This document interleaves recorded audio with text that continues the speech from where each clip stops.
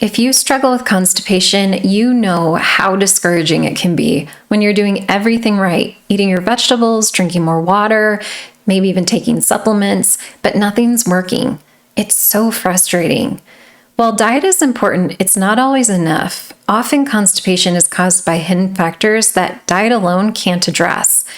In this video, I'll walk you through the 5 hidden causes of constipation I see most often in my clinical practice, and I'll share you what you can actually do about each one. The key to understanding each of these hidden causes is gut motility, and gut motility refers to the rate at which food moves through your digestive tract. Slow motility results in constipation. Number 1 on my list is methane-dominant SIBO.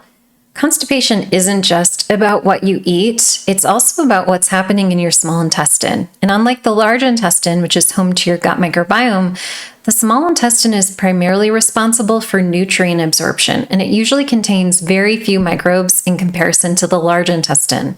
Your small intestine is actually kept free of bacteria and food debris by a cleansing wave known as the migrating motor complex. This wave sweeps through your small intestine every 90 minutes between meals and then repeatedly overnight while you sleep. However, the nerve cells that trigger this cleansing wave can be damaged by a food poisoning incident or by an infection like Giardia. And when this cleansing wave doesn't function properly, bacteria will overgrow, leading to a condition known as small intestinal bacterial overgrowth, or SIBO for short. If the overgrown bacteria are methane-producing, digestion slows to a halt and constipation sets in. And this is why even if you eat plenty of fiber or take probiotics, you can still be constipated.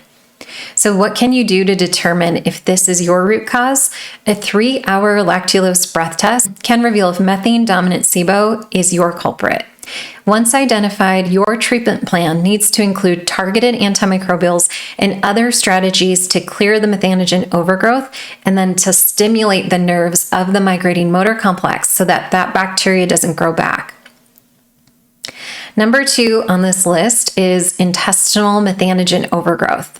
So methane-producing microbes can overgrow in either the small intestine, like we just discussed, or in the large intestine. And if it happens in the large intestine, it's referred to as intestinal methanogen overgrowth, or EMO for short. And unlike SIBO, EMO isn't caused by a problem with the migrating motor complex. Instead, it's linked to an imbalanced microbiome and a high stool pH, which creates the perfect conditions for methane-producing microbes to thrive. And regardless of where methane is produced, it will slow gut motility, causing constipation. And that's why you can eat a really healthy diet and still struggle with constipation. So what can you do to determine if intestinal methanogen overgrowth is your root cause? Advanced microbiome testing using whole genome sequencing can measure the percentage of methane-producing archaea and how much methane they are producing. And this helps you pinpoint whether intestinal methanogen overgrowth is your root cause. This type of testing is highly accurate, it's cost-effective, and it's a critical first step to creating a targeted plan to restore motility. And in my free constipation relief guide, I discuss specific options for this type of test and provide more details on where you can obtain it. You can download the link to that guide in the description box.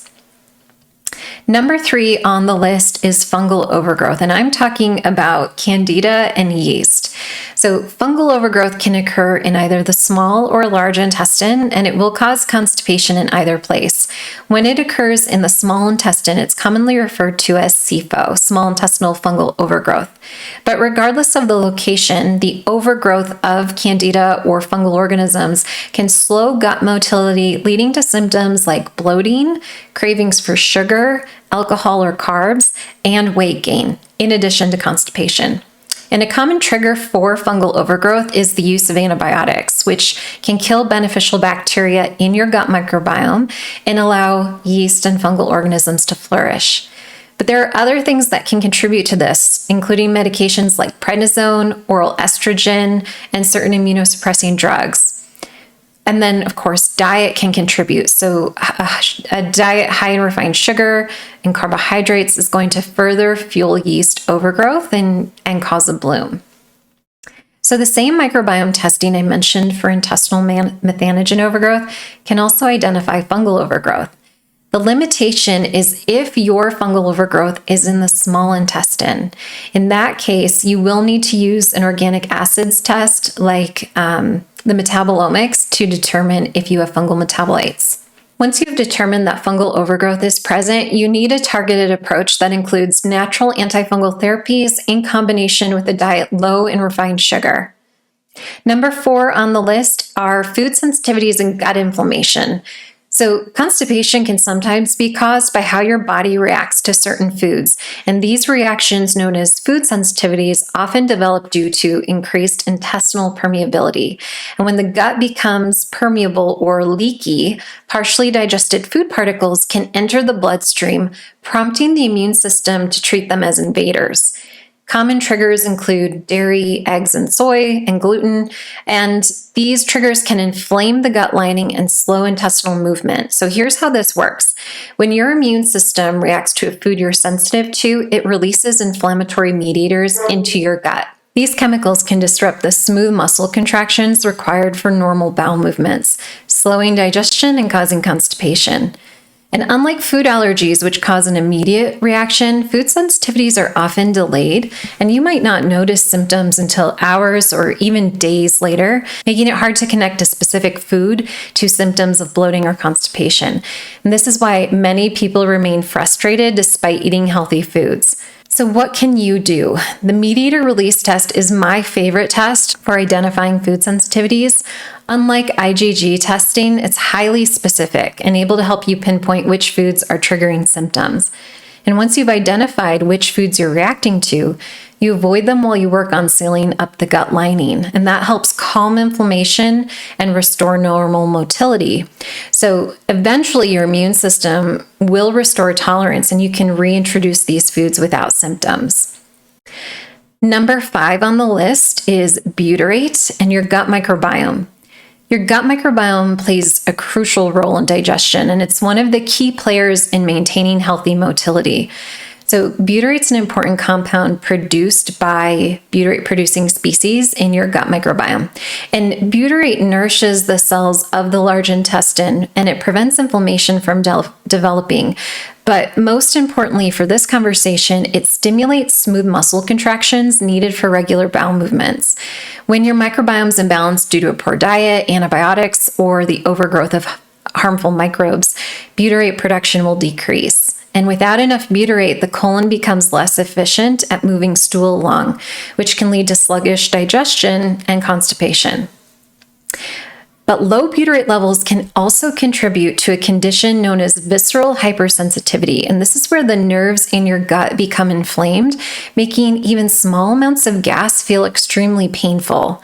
Butyrate helps to calm inflammation, so it relieves symptoms of bloating, cramping, and discomfort. And these are the most common symptoms that you're dealing with low butyrate: bloating, abdominal pain or discomfort, primarily in the lower abdomen, and trapped gas. Butyrate enhances motility and relieves trapped gas. So what can you do to support butyrate production? A Mediterranean-style diet rich in fruits, vegetables, beans, and resistant starches is the best way to nourish and feed your butyrate producers. But if these foods cause symptoms, it could be a sign that there's an underlying issue you have to deal with first, such as SIBO or food sensitivities. And in the meantime, you can use supplemental butyrate to provide symptom relief while you're working on growing back your butyrate-producing species. And I talk more about how to do that in my free constipation relief guide. Constipation can feel really frustrating and confusing, especially when you're doing all the right things but not seeing results. And the truth is, there's almost always a deeper reason motility has slowed down. Once you uncover your unique root cause, things will finally shift. And to help you get started with that, I created my Constipation Relief Guide. It guides you through advanced testing options, key strategies, and straightforward steps you can take today to get relief from constipation. And you'll find the link for that free guide in the description box below.